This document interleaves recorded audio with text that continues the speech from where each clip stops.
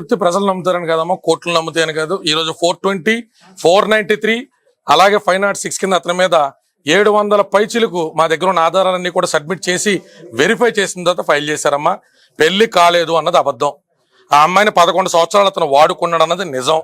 11 సంవత్సరాల అమ్మాయికి 2 సార్లు గర్భం దాలిస్తే ఓసారి మిస్క్యారేజ్, ఒకసారి అబార్షన్, ఏం జరిగిందో వాళ్ళిద్దరికి మధ్య మా దగ్గర ఉన్నటువంటి ఆధారాలతో సహా మా దగ్గర ఉన్నాయి. మేము ఈ విషయాలన్నీ కూడా కోర్టు వారికి సబ్మిట్ చేయడం జరిగింది. ఆ అమ్మాయి ఎప్పుడెప్పుడు హాస్పిటల్కి వెళ్ళింది, ఎప్పుడెప్పుడు పాపం కడుపు కోతకు గురైంది, ఫాలోపియన్ ట్యూబ్యూల్ రప్చర్ అయ్యి మళ్ళీ భవిష్యత్తులో అసలు కన్సీవ్ అవుద్దో లేదో అనేటువంటి డైలమాలోకి ఆ పెళ్లి వెళ్ళేటువంటి దారుణమైన పరిస్థితికి ఎలా వెళ్ళింది అన్నది ప్రజలకి, కోర్టుకి, అందరికీ తెలియాలి. ఈ అమ్మాయిని అతను వదిలేస్తున్నాడు అని అమ్మాయి బ్లాక్మెయిల్ చేయాల. అతని మీద కేసు కట్టడానికి నార్సింగి పోలీస్ స్టేషన్కి వెళ్ళాల.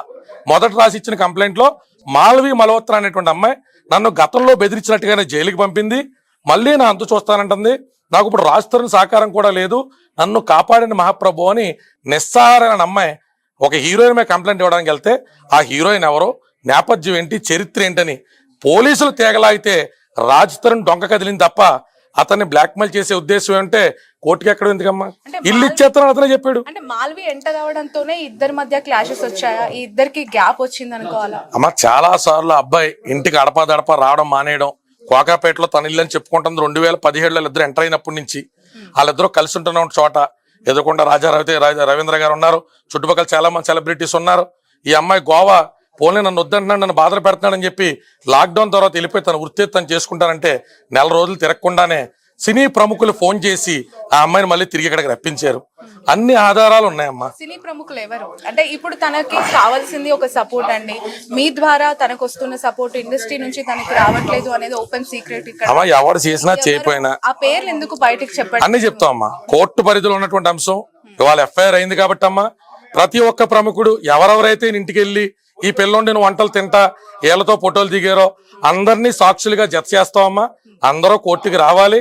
ఈ పిల్ల విషయంలో ఈ పిల్ల మీద తిరిగి నిందేసి మస్తాన్ సాయి అనేటువంటి ఒక క్యారెక్టర్ని తీసుకొచ్చి ఈ పిల్ల విషయంలో ఈ అమ్మాయి ఫాల్స్ కేసు పెట్టింది అని చెప్పి అసలు అఫైర్ విషయంలో మస్తాన్ సాయి అరెస్ట్ అవునప్పుడు కూడా ఈ అబ్బాయి ఫోన్ చేసి డైరెక్ట్ గా మీ ఇద్దరు కాదు, నేను తప్పుగా అన్నాను, తాగేసి మా అమ్మాలతో తప్పుగా మాట్లాడాను, నేను మీ ఇద్దరు ఉన్నారని తప్పదు, మీ తమ్ముడు ఉన్నాడు, మా ఇంట్లో ఉన్నారు, మస్తాన్ సాయి ఒక్కసారి వచ్చేళ్ళాడు ఇంటికి, అందరూ చుట్టాలుండగా ఫంక్షన్కి వచ్చాడని ఒప్పుకున్న ఆడియో క్లిప్ కూడా పోలీసు ఉన్నతాధికారులకు ఇచ్చామమ్మా. కోర్టుకు కూడా పెండర్ రూపంలో సబ్మిట్ చేస్తాను. మీడియాకు కూడా వెరీ సూన్ అన్ని రిలీజ్ చేస్తాం. నిన్న ఏవైతే అతను ఎడిట్ చేసినటువంటి ఆడియో క్లిప్స్ ని కావాలని ఈ అమ్మాయి ఇమేజ్ టార్నిష్ చేయడం కోసం ఒక 20-30 ఫేక్ అకౌంట్లు పెట్టుకుని ఈ అమ్మాయిని రోడ్డుకి లాగుతున్నాడు. అన్ని విషయాలు క్లారిటీ ఆడియోలో ఉంది. ఖచ్చితంగా లావణ్య గారి గొంతేనా, లావణ్య గారి కాలేనా? ఇందులో తప్పే ఉందమ్మా. ఎడిట్ చేసి అన్నారు, ఎదరా వెనకాతల తెలియనప్పుడు బూతులు తిడుతున్నప్పుడే చెప్తున్నారు అనుకోండి అమ్మా. మరి మేము కూడా ఈ బీర్ బాటిల్ ఇచ్చిన బుర్రలు బాగా కొట్టాడంటారు అడుగుతాం కదమ్మా. ఆ పిల్ల ఏ నేపథ్యంలో ఎన్ని చేసిందిరా, ఈ రక్తశక్తాలు ఏంటని మేము కూడా అడుగుతాం కదమ్మా. ఆడపిల్ల కింద ఉత్తర బూతులు మాడవు కదమ్మా. నువ్వు చిత్రవదల గురించి చేస్తే ఈ స్థాయి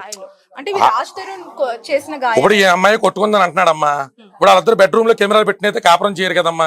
సో ఇవన్నీ ఏం జరిగినాయి అన్నది కోర్టుకు వచ్చినప్పుడు క్రాస్ ఎగ్జామినేషన్ లో చెప్పండి. ఆ పిల్ల ఎందుకు తిట్టింది, ఓ నిస్సారాలు ఆడపిల్ల పచ్చి బూతులు తిట్టుకునేటువంటి పరిస్థితికి ఎందుకు వెళ్ళిపోయింది? ఇంత దారుణంగా ఇంకా చాలా ఉండాలమ్మా. ఇంకా ఇప్పుడు మనం రాజుతరణ అనే వ్యక్తి మనం ఏదో వచ్చి చాలా క్యూట్ బాయ్, లవర్ బాయ్ చెప్పేసి వెళ్ళిపోయాడు కదా మీడియా ముందు. ఇంకా చాలా విషయాలు ఉన్నాయి, అన్ని బయటకు తీసుకొస్తాం. ఈ పిల్లతో నువ్వు కాపురం చేసిన మాట వాస్తవమా కాదా? ఈ పిల్లని నువ్వు అక్రమ సంబంధం అంటగడ్డానికి ట్రై చేసిన మాట వాస్తవమా కాదా? నీతో ఇప్పుడు ఉన్నటువంటి గర్ల్ ఫ్రెండ్ ఈ అమ్మాయిని దొంగ కేసులో ఇరికించే ప్రయత్నం చేసిందా చేయలేదా? ఎవరు ఏ పోలీస్ కేసు కానిస్టేబుల్ ఫోన్ చేస్తే దాన్ని కూడా బొక్కలో ఎత్తామన్న మాట అన్న ఆడియో క్లిప్పులు కానించి ఈ అమ్మాయిని రైల్వే స్టేషన్ నుంచి ఎలా లాక్కెళ్లారో ప్రతి వీడియో కూడా మీడియాకు కూడా మేము ఖచ్చితంగా రిలీజ్ చేస్తామమ్మా. ఇప్పుడు మీతో మాట్లాడినటువంటి ఏ విషయానికి కూడా ఆధారం లేకుండా మేము మాట్లాడట్లా. ప్రతి దానికి మా దగ్గర ఆధారం ఉంది, ప్రతి వివరణ ఉంది. అమెరికా వెళ్తున్నప్పుడు రాజుతరణ అమ్మా నాన్న ఈ అమ్మాయిని అమెరికా ఫ్లైట్ ఎక్కించడానికి తిరిగి ఫ్లైట్ లో వస్తుందన్న సంగతి ఒక రాజుతరణ తప్ప ఎవరికి తెలియదు. అక్కడ కుక్కకి టికెట్ లేదని చెప్పి కుక్క సర్టిఫికెట్ లేదని వెనక్కి పంపించేస్తే ఆ సర్టిఫికేట్ గురించి ఈ అమ్మాయి 14 గంటలు వెయిట్ చేసి మళ్ళీ 16 గంటల ఫ్లైట్ పట్టుకుని న్యూజెర్సీ నుంచి వస్తే వచ్చి రాగానే ఢిల్లీ నుంచి సికింద్రాబాద్కి వెళ్తే సికింద్రాబాద్ రైల్వే స్టేషన్ లో పోలీసులు ఎలా లాక్కెళ్లారు అనేటువంటి వీడియో కూడా మా దగ్గర ఉంది.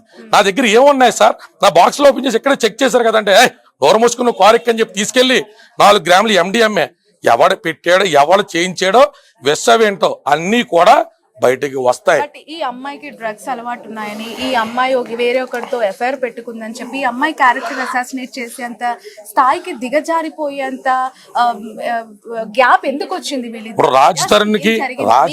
రాజ్ తరుణ్ కి నచ్చినటువంటి హాస్పిటల్లో ఆయన కౌన్సిల్ కి అధికారం ఉంటదిగా.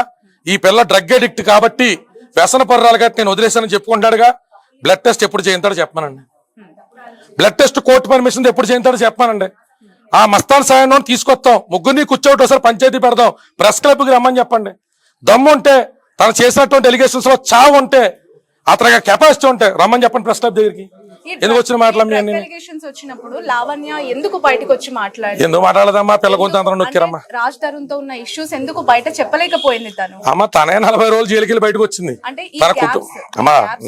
తనతో ఇష్యూస్ ఉన్నాయి, ఇట్లా గొడవలు జరుగుతున్నాయి అనే విషయం. రాజ్ తరుణ్ మీద కంప్లైంట్ పెట్టాలన్నది ఆ పిల్ల ఉద్దేశం ఎప్పుడూ కాదు. కాపురాన్ని సవ్యంగా చేసుకుందాం, కష్టమో నష్టమో నా భర్తతో నేను కాపురం చేసుకుందాం అనుకుంది. నార్సింగిలో పెట్టినటువంటి కంప్లైంట్ మాలవి మల్హోత్రా మీద పోలీసులు తీగలాగితే రాజ్ తరుణ్ డొంక కదిలింది తప్ప రాజ్ తరుణ్ అన్న వ్యక్తి మీద కంప్లైంట్ పెట్టడం ఈ అమ్మాయి ఉద్దేశం కాదు. ఈ అమ్మాయికి బ్లాక్ మెయిల్ చేసే ఉద్దేశం ఉంటే 6 నెలల నుంచి నీకు నేను ఉన్నటువంటి విల్లా ఇచ్చేస్తా, మెయింటెనెన్స్ ఇస్తా, నాకు విడాకుల పేపర్ల మీద సంతకం పెట్టు అని రాజ్ తరుణ్ తన పర్సనల్ నెంబర్ నుంచి చేసిన చాటింగ్ కూడా మీడియా మిత్రులకు అందజేస్తాం. ఎక్కడ చర్చకి తను రెడీయో చెప్పమనండి. ఇన్ కోర్టా అవుట్ ఆఫ్ కోర్టా ఎక్కడ చర్చిస్తారు చెప్పండి. ఎప్పుడు వస్తారు చెప్పమనండి అమ్మా. ఓపెన్ గా ఛాలెంజ్ చేస్తున్నా. చాటింగ్ లో నువ్వు చెప్పావా చెప్పలేదా? విడాకులకు సంబంధించి నువ్వు సంతకం పెట్టి నేను పెట్టినా నువ్వు అన్నావా అనలేదా? విడాకుల గురించి ఇల్లు గురించి ఆ అమ్మాయికి నువ్వు ఆఫర్ ఇచ్చావా ఇవ్వలేదా? నిన్న కాకపోయినా కూడా వాళ్ళ బంధువులతో బావ వరుస ఎవరితో ఈ అమ్మాయి లావణ్య చౌదరి వాళ్ళ బావతో కూడా నువ్వు కౌరంపావా కౌరంపలేదా?